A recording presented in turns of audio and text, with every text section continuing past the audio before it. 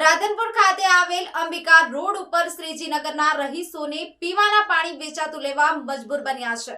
ઘણા સમયથી નગરપાલિકા દ્વારા નથી આપવામાં આવતું પાણી। પાટણ જિલ્લાના રાધનપુર ખાતે આવેલ અંબિકા રોડ ઉપર શ્રીજીનગર સોસાયટીના છેલ્લા 10 વર્ષથી વસવાટ કરતા હોય હજુ સુધી નગરપાલિકા દ્વારા તેમને પીવાનું પાણી આપવામાં આવ્યું નથી। નગરપાલિકા પાસેથી પૈસા ભરી ટેન્કર મંગાવી પાણી પીવા શ્રીજીનગર સોસાયટીના રહીશો મજબૂર બન્યા છે। ગુજરાત સરકાર અને ભારત સરકાર અને નગરપાલિકા અને પાણી પુરવઠા વિભાગ પીવાનું શુદ્ધ અને ચોખ્ખું પાણી આપવા મોટી વાતો અને જાહેરાત કરે છે, પરંતુ રાધનપુરનો એક વિસ્તાર એવો છે કે જેને છેલ્લા 10 વર્ષથી નગરપાલિકા દ્વારા પીવાનું પાણી આપવામાં આવતું નથી। શ્રીજીનગરના રહીશો દ્વારા વારંવાર રજૂઆતો કરવા છતાં નગરપાલિકા દ્વારા કોઈ પણ પ્રકારની જાતની પાણીની વ્યવસ્થા કરવામાં આવતી નથી। શ્રીજીનગરના રહીશો નગરપાલિકા પાસેથી પૈસા ભરી ટેન્કર મંગાવવા મજબૂર બન્યા છે। નગરપાલિકાને રહીશોને પીવાનું પાણી પહોંચાડવાની જવાબદારી હોય છે, પરંતુ આ રહીશો પાસેથી નગરપાલિકા પૈસા વસૂલ કરી અને ટેન્કરો આપે છે, પરંતુ નગરપાલિકા તેની જવાબદારી નિભાવતી નથી અને પીવાનું પાણી આપતી ન હોય તેને લઈને શ્રીજીનગરના રહીશો શુદ્ધ અને ચોખ્ખું પાણી મળી રહે તેવી માંગણી કરી રહ્યા છે। શું શ્રીજીનગરના રહીશોને નગરપાલિકા પીવાનું પાણી આપશે કે છેલ્લા 10 વર્ષથી પાણીનો ઇંતજાર કરીને બેઠેલા રહેશે? હજુ પણ પાણીનો ઇંતજાર કરવો પડશે। Bharatbhai Sathwara, news 9 Gujarati, Patan. Radhanpur 7 number ward Shrijinagar society survey number 418 કે જે લોકોએ 20 થી 25 ઘર વસવાટ કરે છે અને છેલ્લા 7 વર્ષથી અહીંયા પાણી આવતું નથી। લાઈનો નાખી છે પણ એ શોભાના ગાંઠિયા સમાન છે। કનેક્શનો લોકોને આપવામાં આવ્યા નથી કે નળમાં એમણે પાણી હજી ક્યાંય જોયું નથી। ટેન્કરથી પાણી એ લોકો વેચાતું લઈ અને પૂરું પાડે છે। નગરપાલિકામાં એમણે ચીફ ઓફિસર શ્રી, ધારાસભ્ય શ્રી અને વહીવટદાર શ્રીને પણ આવેદનો આપ્યા અને અરજીઓ આપી લોકો ધક્કા ખાઈને થાક્યા। અને આજે મને ફોન આવ્યો હતો કે બેન તમે અમારી મુલાકાત લો, અમારે અહીંયા પાણી આવતું નથી।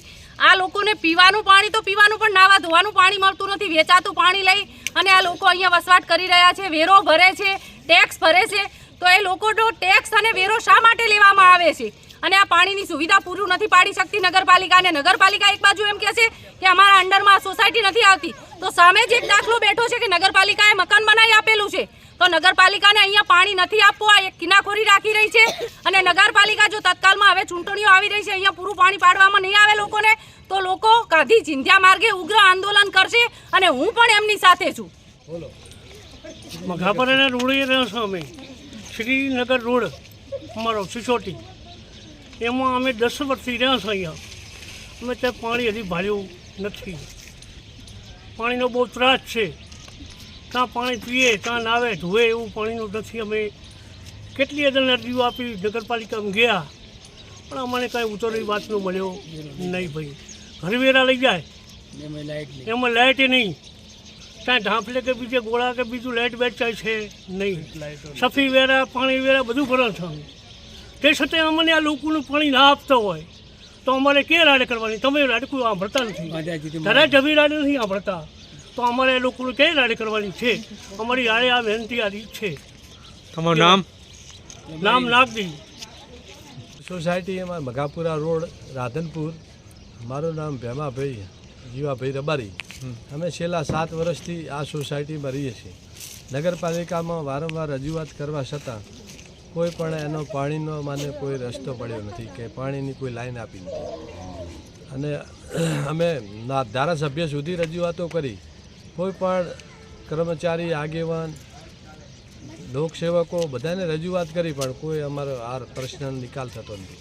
પાણીનો અમને પ્રશ્ન મોટો પ્રશ્ન છે, તો આ કને 20-25 ઘર રહેશે અંદાજે, પણ પાણીની વ્યવસ્થા કોઈ નગરપાલિકા કે મામલતદાર કચેરી કે કોઈ કરી આપી નથી।